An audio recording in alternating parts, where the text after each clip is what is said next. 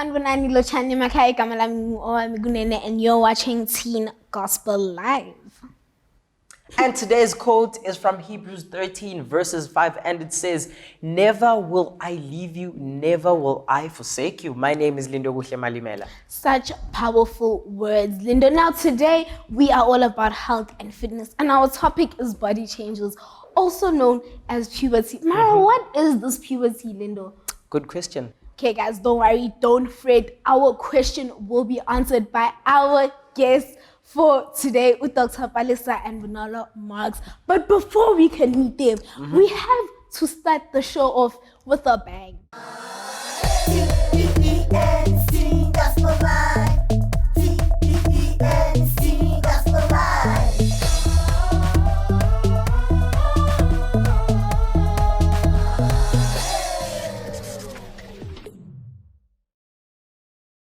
Welcome once again to Teen Gospel Live. It's about that time again, guys. It is time for us to meet our guests for today. Now, we're not going to introduce them. They are going to do the honors. Hi, guys. How are you? All right, how are you? We're good, thanks. So can you tell us a little bit about yourselves?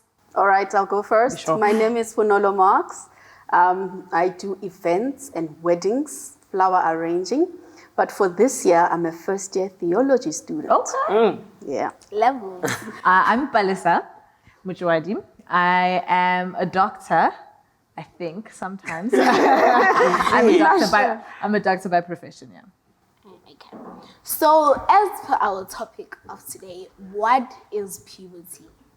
So puberty is when your body starts changing. So you go from being a child to being an adult. So basically your body is preparing itself to bear children to be in its adult form. So things start to change so that you become an adult, basically. Yeah, she basically covered everything. Yeah. So, like, when does puberty happen? All right, for girls, it normally starts at age 8, and for boys from age 9.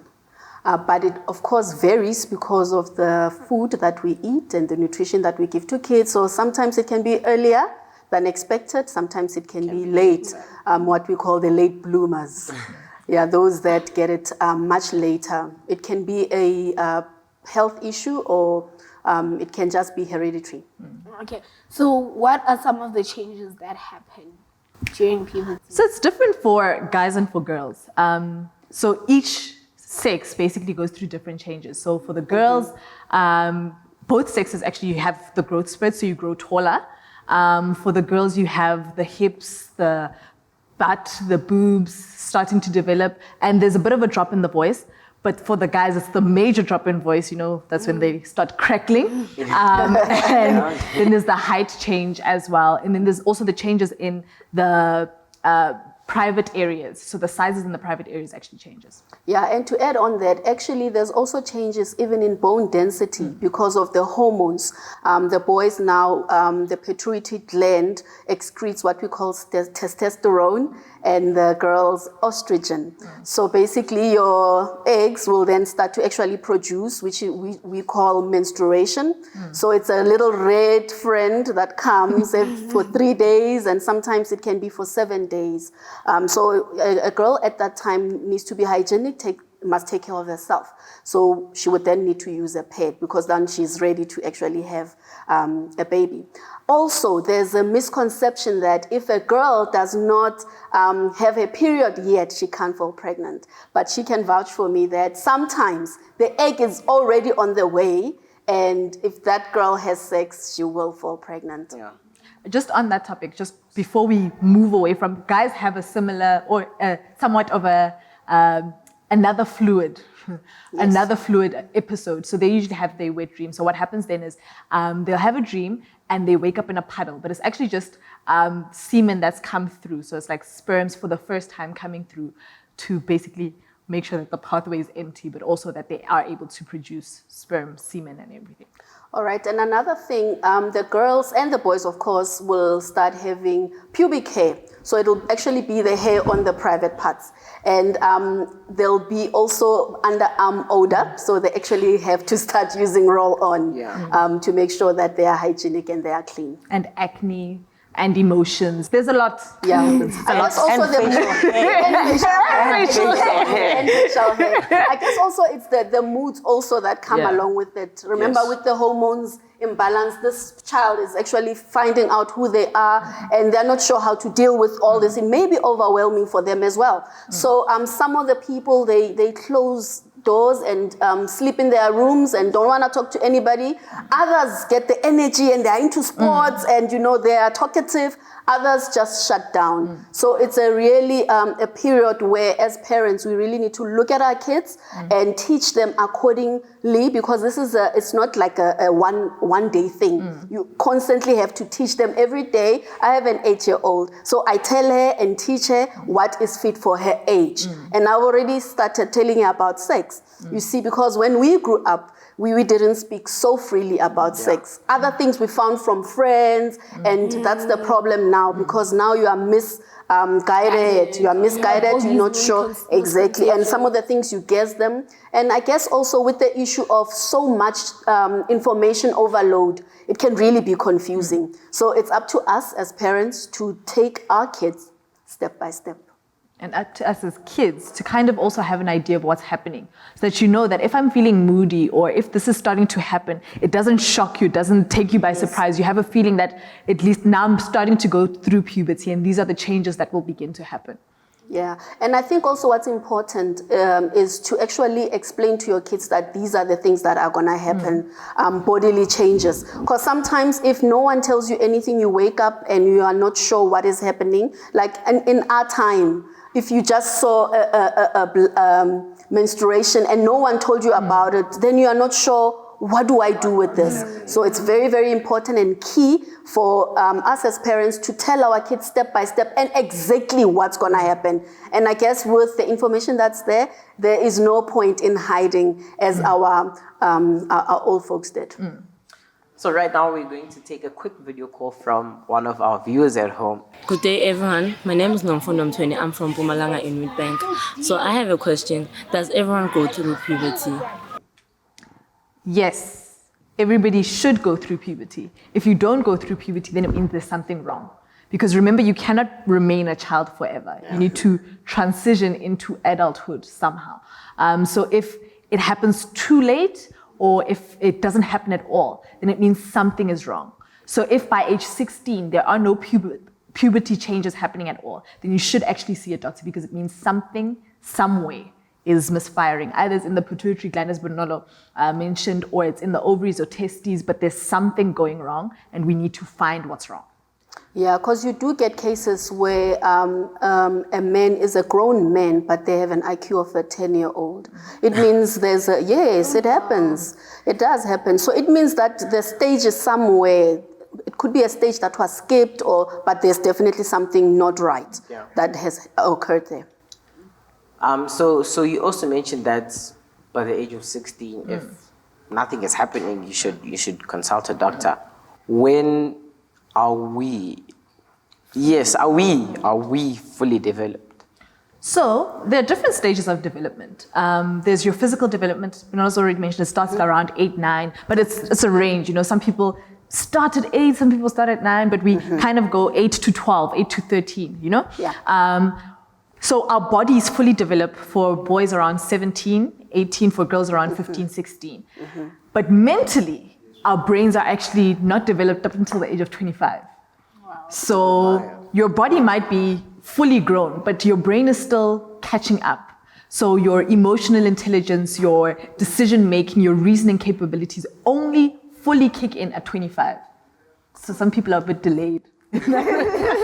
And I guess if we take it way back also, from age 1 to 7, a child really just looks at what is happening around, copies everyone else. But from age 8 then, that's when puberty really kicks in, because now there is growth. So that's why Palisa, what she's saying is correct. If ever there isn't those things, that means there's a stage that's not right. There's something wrong with that child. They need to be consulted. They need to Thank you consult. guys so much. Thank you for coming. So we're going to take a quick break, right? I'm going to ask one of you guys, doesn't matter who, to link us to the break using that camera. Okay. Well, we'll be with you shortly after this break. We'll catch you and we'll talk more about this topic about puberty.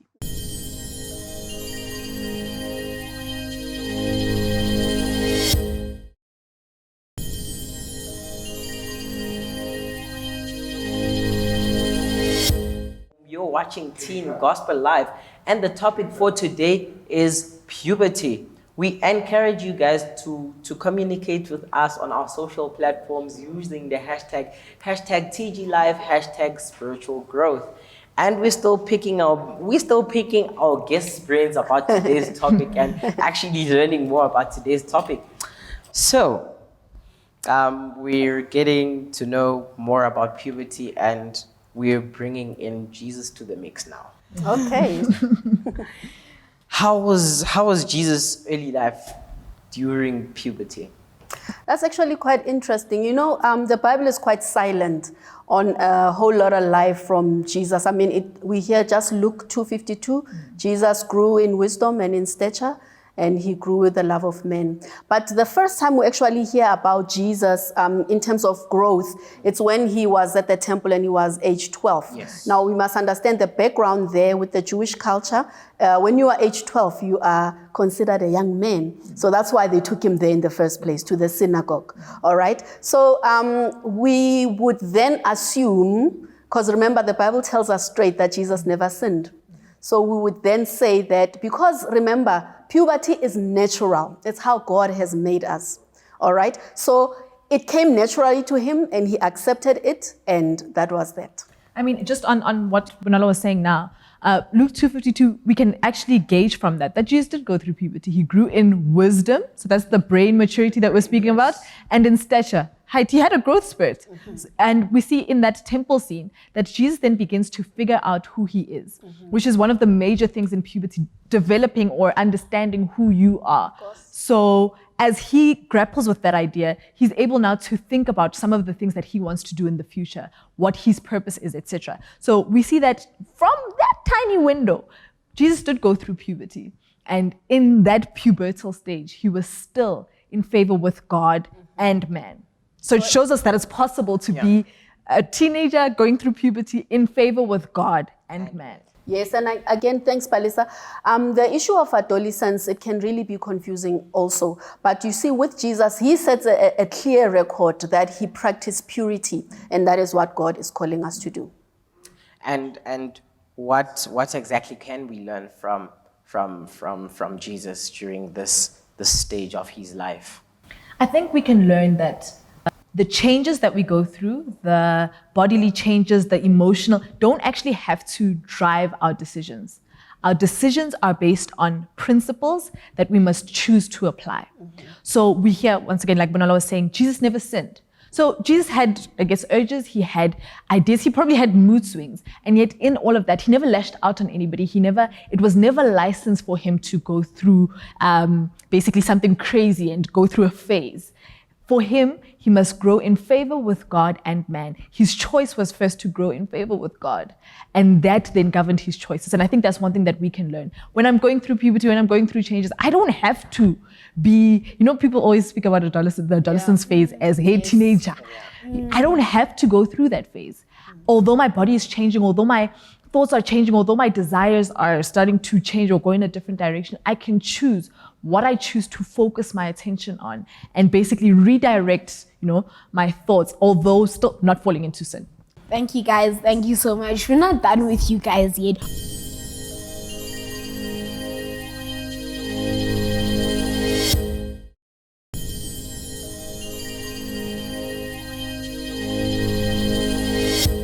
Still to come is our Bible character crush of the week. And we played 30 seconds and we continue our conversation with our guests from where we left off. Right now, though, it's time for me to let you guys in on who our biblical character crush of the week is. Now, this week's biblical character crush is Joseph, guys. Joseph was a young man in the prime of his life, and he had everything and anything he as a young man could ever desire, and he somehow avoided the temptation from Potiphar's wife. Now, Joseph took responsibility for his own actions, and he did not discount what Potiphar's wife asked him to do. He saw it for what it was. So should you and I. Joseph could not bear to sin against the God that he loves so much, guys. Now remember, Joseph was a slave, and he did not have control of his life to the same degree that you and I have In fact, we have more control of what happens in our life than Joseph did, as he was a slave. Yet he did his best to avoid temptation. So if Joseph, who did not have full control of his life, can avoid temptation, you who does have full control of your life can do it too. Let us know who your biblical character crush of the week is on our social media pages. Don't forget to use the hashtag #TGLive, #help and fitness. Right now though, it's time for us to play my favorite part of the show, our instant game, 30 seconds.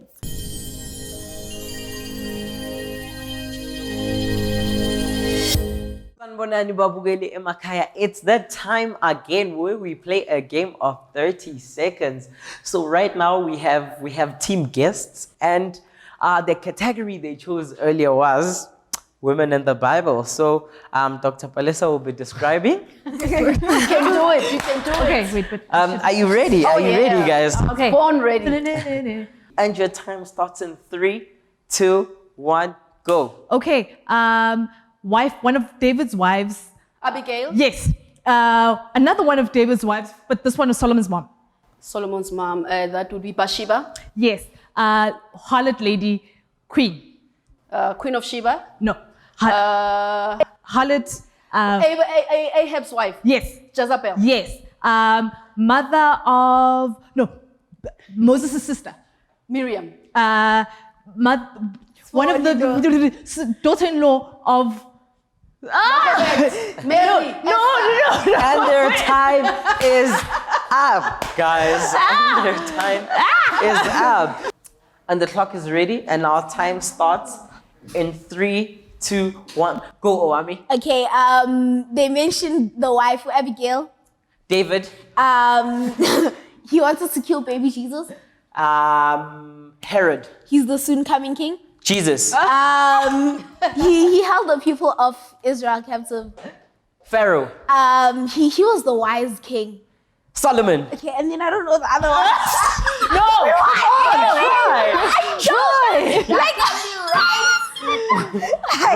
Rhyme, maybe. 5 for the presenters, and it was 4 for the guests. we demand a But- rematch. Yeah, they'll get a rematch after this. But right now, it's time for us to take a quick break, and we'll be right back.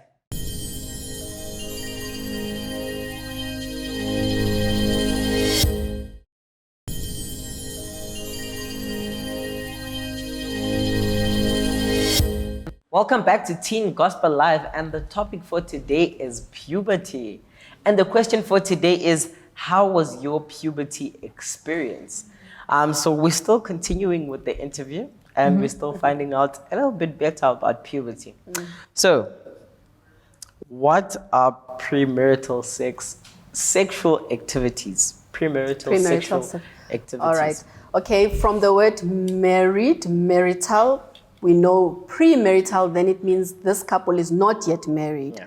So it's when they engage in sexual activities before they are actually married. Like what Palesa was saying, messages to young people. When you are in a relationship, young people would be courting. The correct word is courting. Yes. In fact, the right way to do it, is when you are ready to get married, then you ask the parents of the girl to court their daughter. And then from then on, you would be seeing each other, but never just the two of you. Yeah. There must always be a third person, even if they are just there, because truth be told, we are sexual beings, and sex is very natural.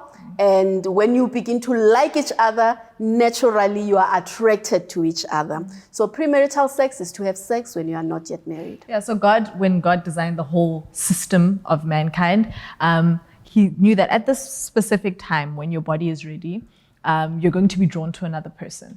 And when you start being drawn to that person, you're drawn to their mind, their activity, that you're drawn to all of them, including their body.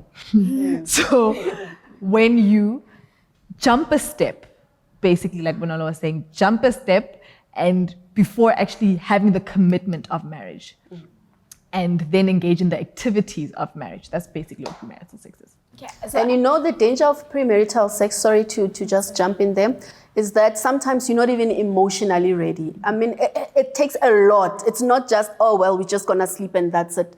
Emotionally, you're connected to this person. That's why the Bible says, and the two shall be one. You really are one with this person. That's why it's very difficult. And especially the breakup, you'll see you can't take that very well after a breakup because you were connected with this person. okay, so I have a question. When you talk about premarital sex, you talk about like before marriage. What if the couple is engaged? Once again, the commitment, actually in Letters to Young Lovers or Messages to Young People, one of the two, she speaks about how even at just before the altar, you can break it off if you see something wrong in their character. So that tells me that because God doesn't encourage divorce, it tells me that before the altar, you're not actually, in the eyes of God, married. So it means that the vital step, the vital connection, the blessing that God puts upon a married home is not yours yet. Yeah, pap. Even when they created Adam and Eve, it's him that married them first, and then they go together. He gave them then the commandment that be fruitful and multiply, but it's him that married them. So you've got to go get to that step. Sure. Okay, so how true is this statement, right? That most teens tend to start having premarital sex once their bodies have developed? That is actually quite true. Going back to puberty in terms of boys, they feel that the sack is too heavy for them. They need to release. And now what happens is they start actually practicing this thing. And for the women also, there's the issue of self-esteem. We didn't touch on that.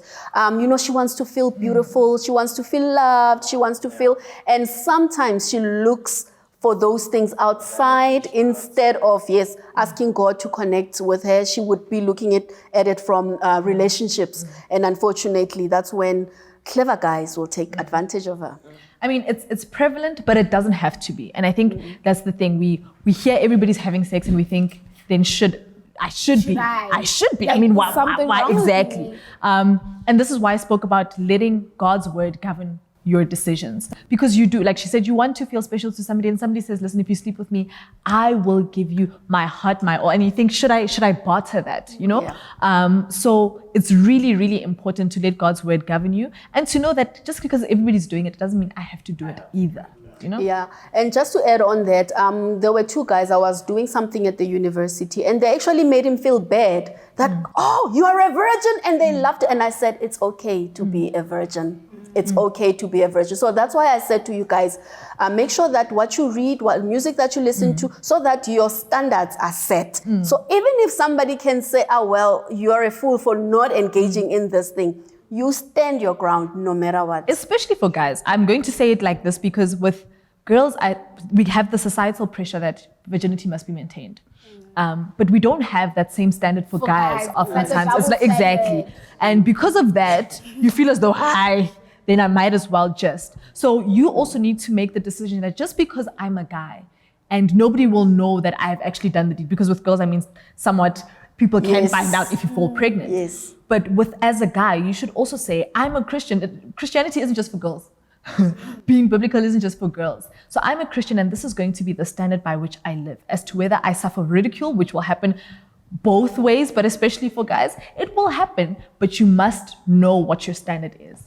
And support groups, I guess they are very important and key. When you have a group of guys that are Christian, and you guys say we're gonna wait until we are married, that also helps, because then you are accountable to each other. And like what Palisa said earlier, you can have a spiritual parent, because not everything you are able to discuss with your parents. So you can have somebody that you can speak to say, hey, I'm not sure what to do with these hormones. I'm not sure. And they can guide you along the way, and they can pray with you. That's key, to pray with you, because remember, God is the one that is your master. So if you give everything to him, he's able to calm you down and help you through the difficult time of puberty. Okay, thank you guys so much for coming. Like, we honestly learned a lot. I hope you learned as much as I did, guys. Definitely. If you didn't take anything from this, take that. It is okay to go through puberty, but above all, respect and love yourselves. Thank you to you guys at home for watching. Thank you to you guys for coming. We honestly learned so much. Continue this conversation on our social media pages using the hashtag TGLive, hashtag health and fitness to continue this conversation. For me, Lindo, and the rest of the team, it's time for us to leave you guys. So this is goodbye and God bless. Bye.